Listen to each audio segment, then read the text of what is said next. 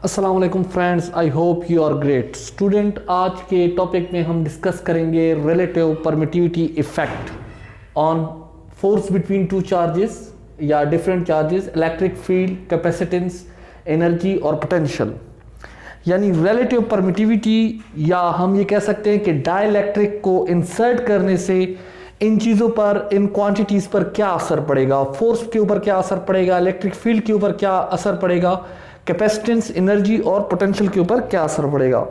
Student, जैसा कि आप जानते हैं कि हमारे पास कूलम लॉ जो है वो बराबर है F equal to K Q1 Q2 divided by R square. तो स्टूडेंट्स, हम जानते हैं कि K जो है ये मटेरियल डिपेंडेंट कांस्टेंट है और इसकी असल वैल्यू 1/4 पाई एप्सिलॉन नॉट और ER यानी रिलेटिव परमिटिविटी होती है। अब जब हमारे पास ये वैक्यूम की बात हम करते हैं तो उस वक्त ये ER की वैल्यू जो है वो 1 के बराबर हो जाती है। तो F वैक्यूम जो होगा हमारे पास वो 1/4 पाई एप्सिलॉन नॉट, 1 की जगह यहाँ पे 1 और Q1 Q2 divided by R square आ जाएगा। स्टूडेंट, ये मालूमात भी अपने पास नोट कर लें कि ER की वैल्यू अदर देन स्पेस के लिए, अदर देन वैक्यूम के लिए ER की वैल्यू जो होती है वो ग्रेटर देन 1 होती है। तो अब अगर हम इसको फार्मूले को लिखें तो F मीडियम के लिए ये फार्मूला आएगा 1/4 pi epsilon not ER Q1 Q2 divided by R square. अब इसमें हम जानते हैं कि ये जो पार्ट है ये हमारे पास बेसिकली क्या है, F वैक्यूम है। तो यहां से एक दूसरी बात भी नोट कर लें कि अगर आपको ये कह दे कि आपके पास दो चार्जेस हैं और उनके दरमियान में फोर्स इतनी है, और अगर हम उनके दरमियान में कोई डाइलेक्ट्रिक कोई मटेरियल डाल देते हैं जिसकी रिलेटिव परमिटिविटी आपको दे दी जाए, तो आप आसानी से उस मीडियम के डालने के बाद यानी दो चार्जेस के दरमियान में आप फोर्स बता सकते हैं। तो यहां पर आप जैसे देख सकते हैं कि ER डिवाइड में एक्स्ट्रा आ रहा है, तो हम जानते हैं कि मटेरियल का ER जो है वो ज्यादा होगा, अदर देन स्पेस के लिए ग्रेटर देन 1 होगा। तो इस वजह से मीडियम में फोर्स रिड्यूस हो जाएगी। तो आप याद रखें स्टूडेंट्स कि अगर कोई ऐसा सवाल आता है जिसमें आपसे ये पूछा जाए कि अगर हम दो चार्जेस के दरमियान में अगर कोई मटेरियल रखते हैं तो उससे फोर्स पर क्या असर पड़ेगा, कोलंबिक या इलेक्ट्रोस्टैटिक फोर्स पर क्या असर पड़ेगा, तो आप याद रख लें कि वो डिक्रीज होगी। इसके साथ हम जानते हैं कि इलेक्ट्रिक फील्ड हमारे पास है वो भी 1/4 पाई E0 ER, अगर हम जनरली इसको लिखें तो Q divided by R square. वही बात यहां पर भी स्टूडेंट्स देख सकते हैं कि ER डिवाइड में आ रहा है, लिहाजा ER यानी इलेक्ट्रिक फील्ड भी मटेरियल के साथ उसी तरह अगर हम इसको मीडियम के लिए लिखें तो वो होगी FE vacuum divided by ER। यानी जो इलेक्ट्रोस्टैटिक फोर्स के लिए है वही इलेक्ट्रिक फील्ड के लिए भी है। यानी मीडियम के इंसर्ट करने से दो चार्जेस के दरमियान में इलेक्ट्रिक फील्ड की वैल्यू रिड्यूस होगी। या आप कह सकते हैं कि फर्ज करें आपके पास एक चार्ज है और उसकी इस पॉइंट पे आपने इलेक्ट्रिक फील्ड फाइंड करनी है, इस P पॉइंट पे। अगर आप यहां पर कोई मटेरियल XYZ कोई मटेरियल भी डाल दें तो यहां पर उस इलेक्ट्रिक फील्ड की वैल्यू जो होगी वो डिक्रीज की तरफ चली जाएगी, क्योंकि ER जो है डिवाइड में आ रहा है और जब भी डिवाइड में कोई बड़ी चीज डिवाइड होती है तो उसकी वैल्यू जो है वो डिक्रीज में आ गई। तो दो पॉइंट्स हो गए स्टूडेंट्स के रिलेटिव परमिटिविटी यानी ER के साथ डाइलेक्ट्रिक के साथ फोर्स बिटवीन टू चार्ज और इलेक्ट्रिक फील्ड जो है ये डिक्रीज होती है क्योंकि ये डिवाइड में आती है। याद रखें स्टूडेंट्स, मैथ्स को समझने की कोशिश करें कि जब भी हम डिवाइड में बड़ी चीज लाते हैं, बड़ी चीज से डिवाइड करते हैं तो नेट रिजल्ट पे जो है तो वो असर पड़ता है और वो रिड्यूस हो जाता है।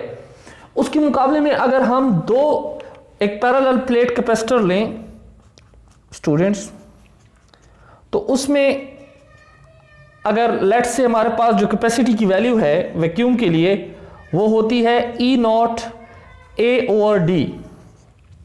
तो जैसा कि स्टूडेंट्स यहां पर देख सकते हैं कि अगर हम इसको मीडियम के लिए लिखेंगे तो ये बनेगी ER E0 A/D। तो इसका मतलब है कि ER यहां पे मल्टीप्लाई में आ रही है। तो जब मल्टीप्लाई में आ रही है तो आपकी जो वैल्यू है वो इंक्रीज हो रही है, यानी मल्टीप्लाई में ये इजाफा होगा, बड़ी चीज मल्टीप्लाई होगी, अब डिवाइड नहीं हो रही।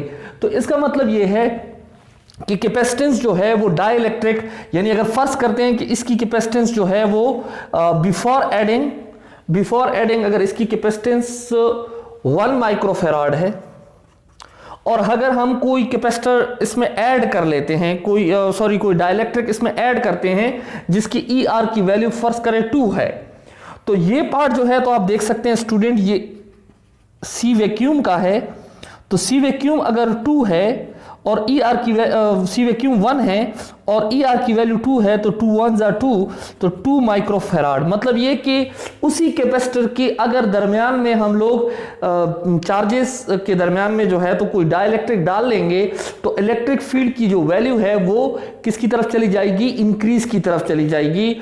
तो यानी 3 पॉइंट्स हो गए कि फोर्स अगर दो चार्जेस के दरमियान में अगर हम डाइलेक्ट्रिक डालते हैं, फोर्स रिड्यूस होती है, इलेक्ट्रिक फील्ड रिड्यूस होती है, जबकि कैपेसिटेंस जो है पैरेलल प्लेट कैपेसिटर हो तो उसके दरमियान में डाइलेक्ट्रिक डालने से, या कोई भी कैपेसिटर हो तो उनकी प्लेट्स के दरमियान में अगर हम डाइलेक्ट्रिक डालेंगे तो उसकी कैपेसिटेंस इंक्रीज हो जाएगी। उसके बाद आते हैं बात स्टूडेंट्स एनर्जी की करते हैं। अब अगर हम देख सकते हैं कि एनर्जी डेंसिटी का जो फार्मूला है हमारे पास, एनर्जी डेंसिटी ऑफ कैपेसिटर बराबर है 1/2 ER E0 E square. Student ये बहुत इंटरेस्टिंग है, यानी बहुत से स्टूडेंट्स को, जो पढ़ने वाले स्टूडेंट्स हैं, यहां पर जब दो बातें हम कर देते हैं कि यहां पर डिवाइड में है तो डिक्रीज हो रही है और यहां पर ई आर की वैल्यू मल्टीप्लाई में है तो इंक्रीज हो रही है।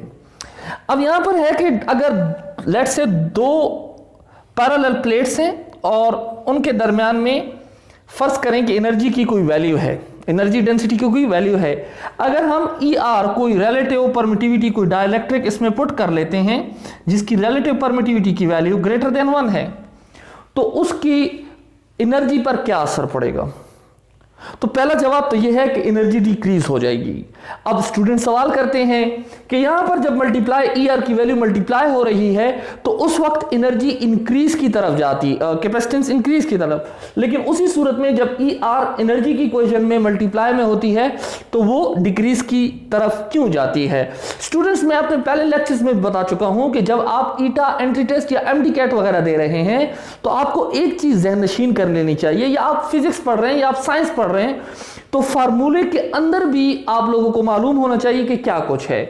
तो जैसा कि स्टूडेंट्स यहां पर आप देख रहे हैं कि ई आर मल्टीप्लाई में है, लेकिन अगर हम इस फार्मूले को थोड़ा सा ओपन करते हैं तो और ई आर की ई की जो वैल्यू है इलेक्ट्रिक फील्ड की वो यहां देखते हैं तो 4 pi E0 ER Q divided by R square whole square.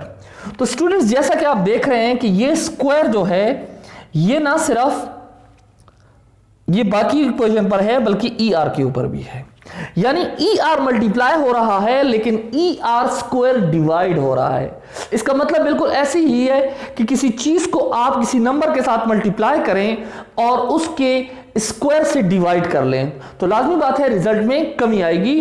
तो दैट्स वाई एनर्जी में जो है वो कमी आती है, या आप ऐसे भी कर सकते हैं कि ये स्क्वायर ई आर के ऊपर भी आ सकता है, तो एक ई आर इसके साथ कैंसिल हो जाएगा, फिर भी डिवाइड में एक ई आर बचेगा।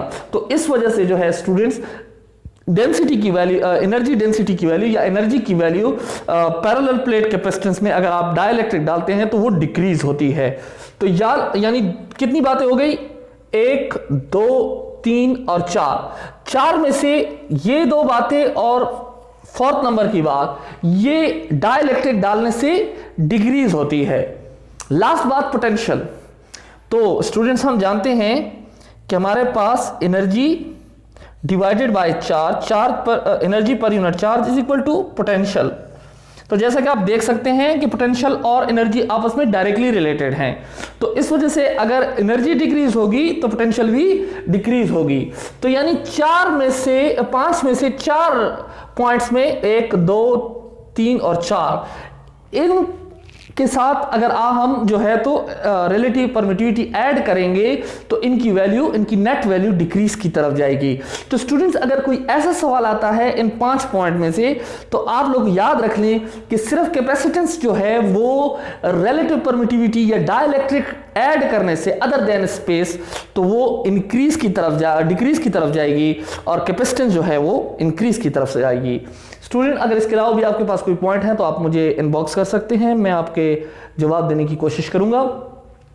इसके अलावा स्टूडेंट्स, मैं आपको ये बताता चलूं कि अगले नेक्स्ट मंथ से हम लोग प्रॉपरली जो है तो वो कोर्स को शुरू करेंगे, फर्स्ट ईयर और सेकेंड ईयर का कोर्स।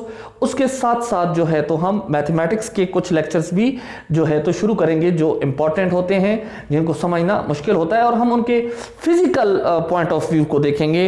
हम जो है तो इंशाल्लाह आपको कोशिश करेंगे कि मैथ्स की और साइंस की वो बेसिक्स प्रोवाइड करें जो इंशाल्लाह आपको आपकी लाइफ में, आपके आगे स्टडीज में काम आएंगी। Thank you very much. Please अगर आपको मेरी वीडियोस पसंद आ रही हैं तो मेरे चैनल को सब्सक्राइब करें और शेयर करें। Thank you very much.